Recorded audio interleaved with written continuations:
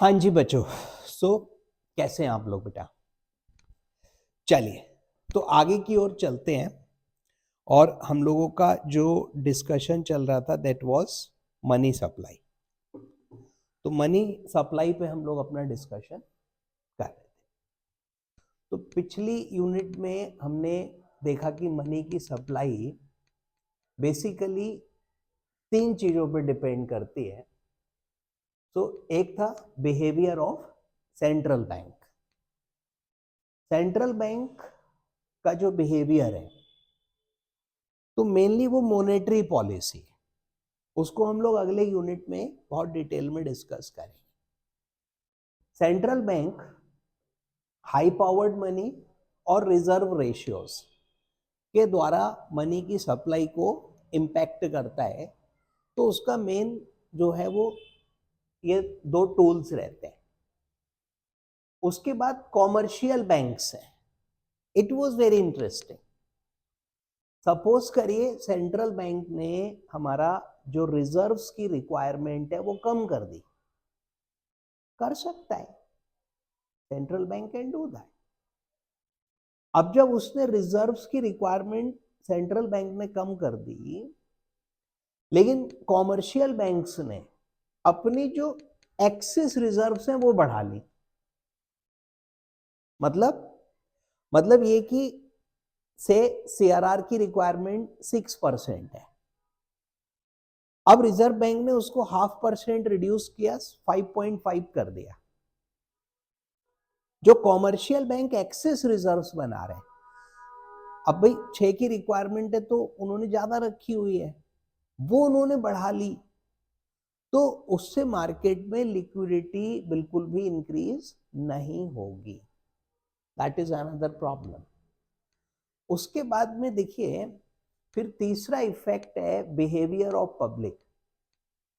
Public behaviour का मतलब है कि वो कितना आपका करेंसी डिपॉजिट रेशियो कर रहे हैं, मतलब how much money they are keeping in the form of currency and how much they are depositing into banking system.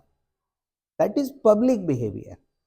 तो अगर पब्लिक को हम ज्यादा मनी की सप्लाई कर रहे हैं, हमने किया, लेकिन पब्लिक उसको एज अपने पास ही करेंसी रख लिया उन्होंने, और बैंकिंग सिस्टम में वो पैसा नहीं आया, तो उससे भी हमारी मनी की सप्लाई इंक्रीज नहीं होती है।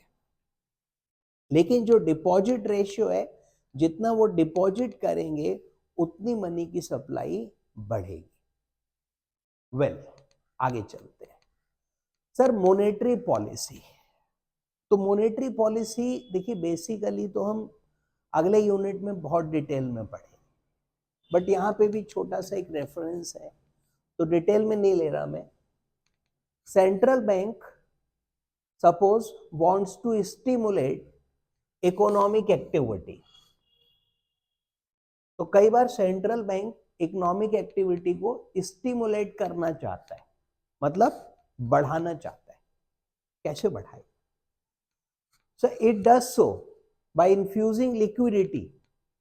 और बच्चों, change in money supply is equal to 1/r into difference या चेंज इन रिजर्व्स।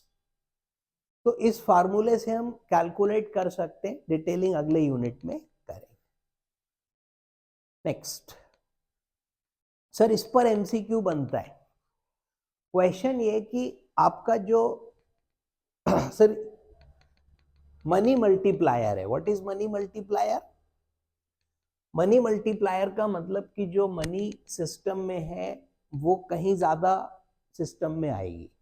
मतलब अगर रिजर्व बैंक 100 रुपए इन्फ्यूज कर रहा है और हमारा मनी मल्टीप्लायर 10 है, तो मार्केट में 1000 रुपए की सप्लाई बढ़ेगी। Yes, money multiplier. Sir banks money को मल्टीप्लाई करते हैं, ये हमने पिछले वीडियो में भी समझा था कि अगर सपोज मैंने आपको 1000 रुपए दिए और ए ने बी को 1000 रुपए का पेमेंट किया, या कहीं से 1000 रुपए, चलो मान लो मैंने आपको कैश दिया, okay, now you deposited that money into your bank. तो अब आपका बैंक बैलेंस 1000 हो गया, 1000 रुपए की मनी सप्लाई हो गई। अब बैंक ने 10% रिजर्व रोक के किसी को 900 रुपए दे दिए, सिर्फ बैंक के पास पैसा पहुंचा, बैंक ने 10% रिजर्व बनानी है, लेट अस अस्यूम 10%, तो बैंक ने उस 1000 के अगेंस्ट 900 रुपए किसी और को दे दिए क्रेडिट। तो अब मनी की सप्लाई देखिए, 1000 तो आपका बैंक बैलेंस है और 900 उस दूसरे व्यक्ति का बैंक बैलेंस हो गया, 1900 हो गई। अब उस 900 के अगेंस्ट में उसके बैंक ने 810 दे दिए, तो ये चलता जाएगा। This is money multiplier.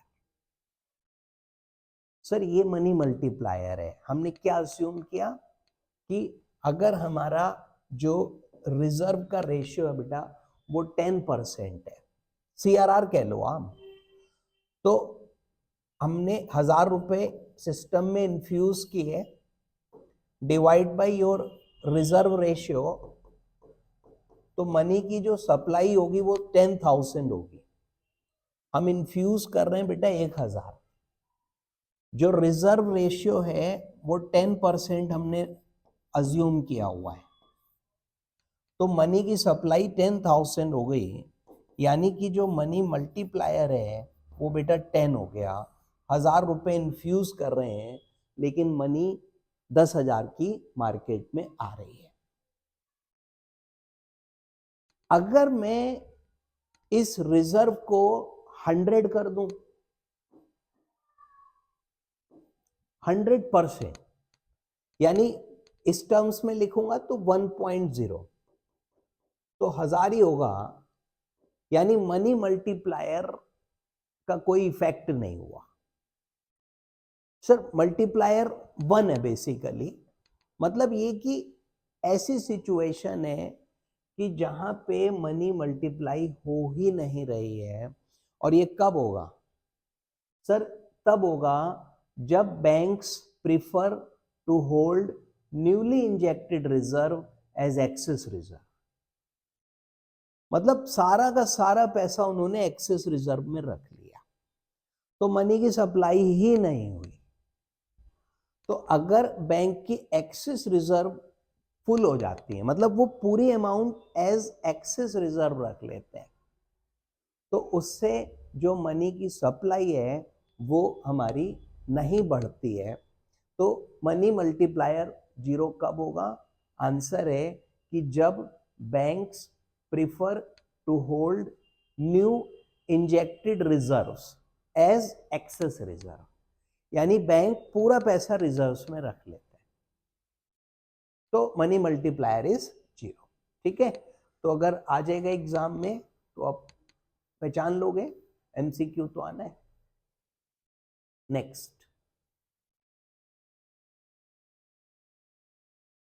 Sir, government को जो फाइनेंसिंग हो रही है, अब गवर्नमेंट एक्सपेंडिचर बढ़ाती है सपोज, तो रिजर्व बैंक गवर्नमेंट को लोन्स देगा, फाइनेंस करेगा, अलग अलग फॉर्म्स हैं, जैसे WMA फाइनेंस, ओवरड्राफ्ट, तो इससे एक्सेस रिजर्व्स क्रिएट होती है, excess balance of commercial banks with RBI, और इस एक्सेस रिजर्व से मनी की सप्लाई बढ़ेगी।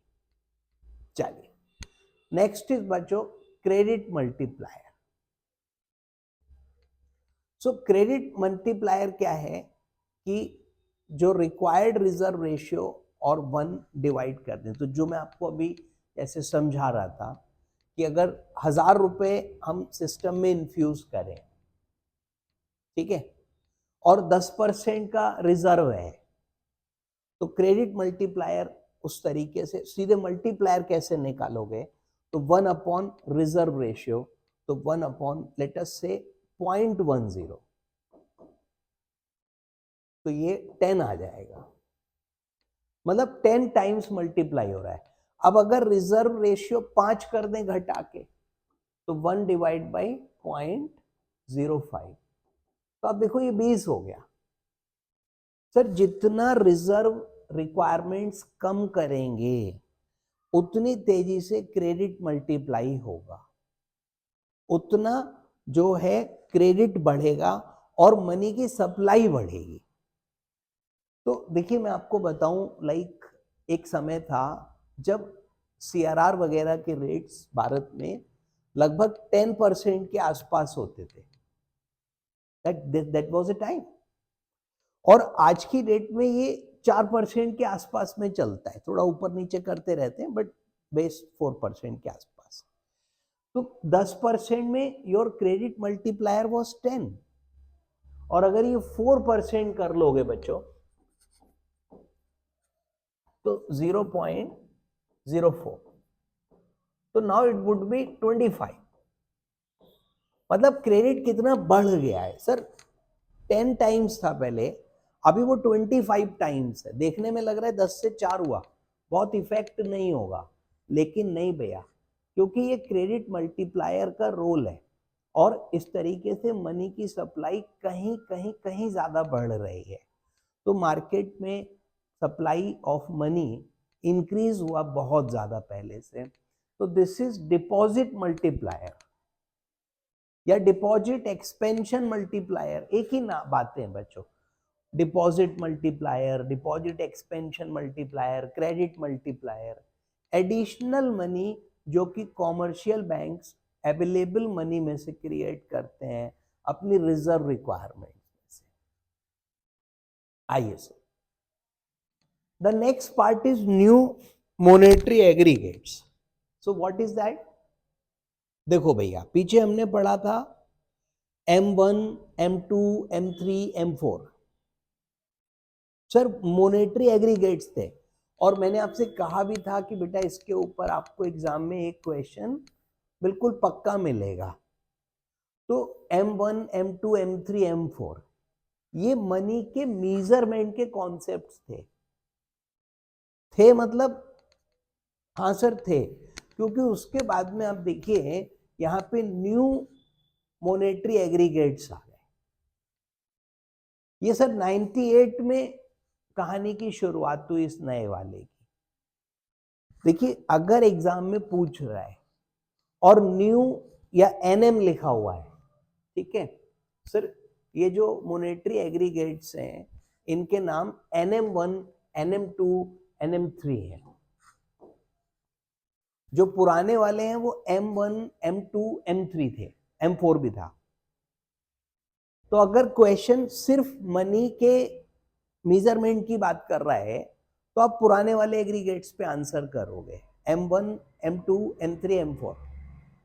और अगर उसने स्पेसिफिकली न्यू की बात करी है तो फिर आप ये वाले एग्रीगेट्स की बात करोगे। कंफ्यूज नहीं होना आपको। So sir working group on money, इनकी रेकमेंडेशंस पर 1998 में RBI started publishing 4 new monetary aggregates. वो तो चल ही रहे हैं, ये और चल रहे हैं on the basis of balance sheet of banking sector, progressive liquidity के बेसिस पे। तो उस पे आते हैं बच्चों। अब इसमें देखिए 4 प्रकार की मनी है, NM 1, 2, 3 अभी हमने देखा, और उससे पहले है reserve money. Sir reserve money का मतलब बेटा बेस मनी या हाई पावर्ड मनी। सर ये वो करेंसी वगैरह है, ये तो रिजर्व मनी है, मतलब मेन जिसको हम मनी समझते हैं ये वह है। आइए, तो पहला पॉइंट हो गया जी reserve money. So this is currency in circulation. ठीक, बैंकिंग सिस्टम के जो डिपॉजिट्स विद RBI है दैट वन, ओके। इसके अलावा बच्चों अदर डिपॉजिट्स विद RBI, तो आप अगर थोड़ा ध्यान से सोचो तो ये RBI की बैलेंस शीट का लाइबिलिटी साइड है। जो RBI ने करेंसी नोट इशू किए हुए हैं, हमारा कैश इन हैंड है, हमारी बैलेंस शीट में असेट में आएगा, RBI की बैलेंस शीट में लाइबिलिटी में आएगा।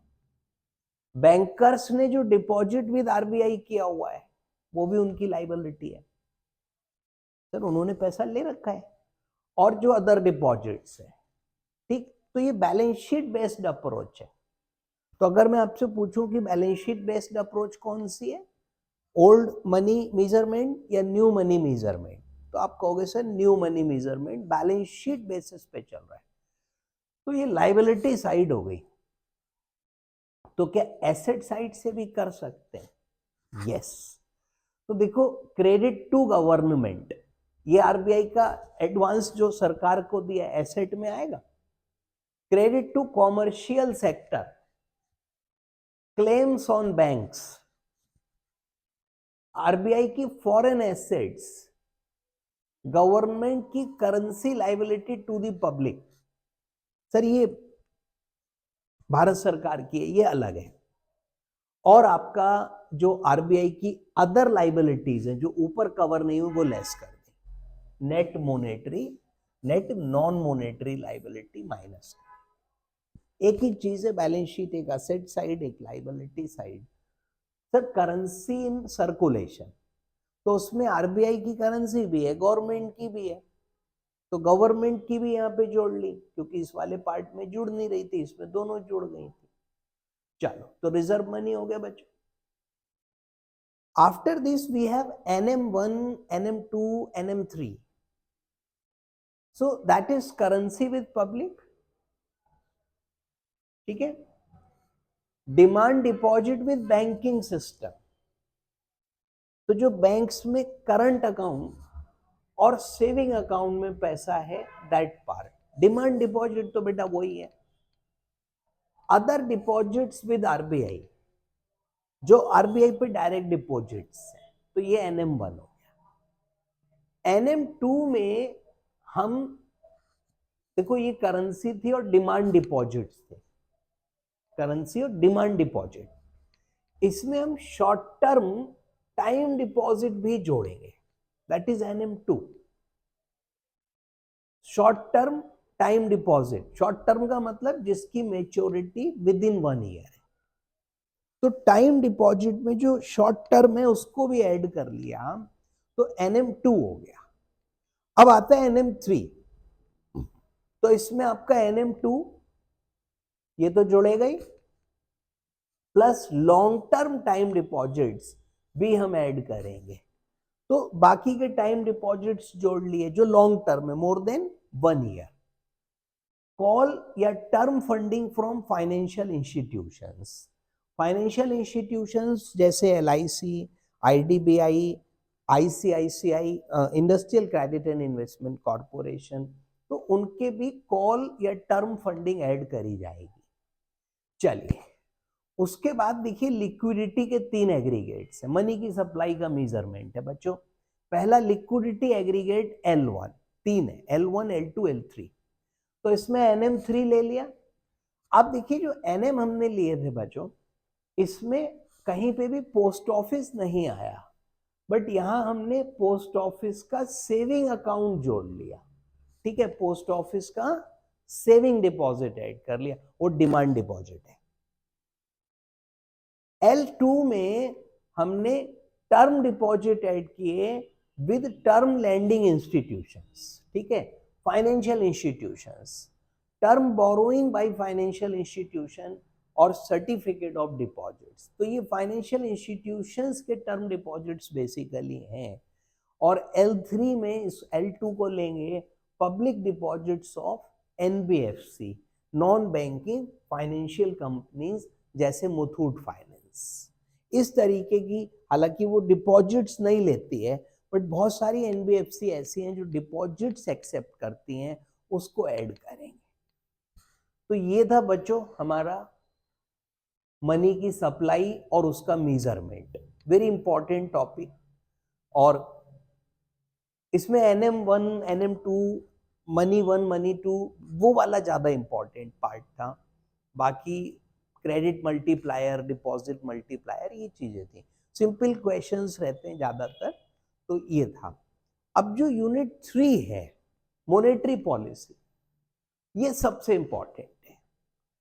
उसमें से आपको एक एक दो दो क्वेश्चंस मिलेंगे दोनों यूनिट्स में, बट इसमें से आपको 3-4 क्वेश्चंस मिलने चाहिए, मिलते हैं नॉर्मली, कभी 3 कभी 4 दे आर आस्किंग फॉर। तो इसको हम नेक्स्ट वीडियो में लेते हैं बच्चों, मॉनेटरी पॉलिसी के बारे में। तो बस एक ये बचा है, तो will cover it in the next. फिलहाल इतना ही। Thank you, tata bye bye.